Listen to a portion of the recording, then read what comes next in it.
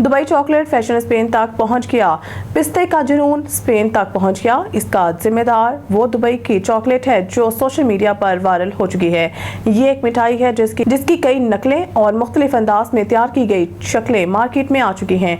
ये जुनून इतना बढ़ चुका है कि न सिर्फ स्पेन बल्कि दुनिया के कई हिस्सों में पिस्ते की किल्लत पैदा हो गई है। दुबई चॉकलेट इस वक्त कई दुकानों में सबसे ज्यादा फरोख्त होने वाला प्रोडक्ट है, जहाँ पिस्ते के इस्तेमाल में 10 गुना तक इजाफा हुआ है ताकि इस क्रीम को तैयार किया जा सके जो चॉकलेट के साथ मिक्स की जाती है। जैसा कि फ्रेसरिया के ते चवेका मुलाजमा मायरेट गिलियानो बताती हैं कि तकरीबन 2 माह पहले तक हम 100 किलोग्राम पिस्ता खरीदते थे और अब हम 1 टन खरीद रहे हैं। दुबई चॉकलेट के फैशन ने पिस्ते की आलमी मंडी में बहरान पैदा कर दिया है।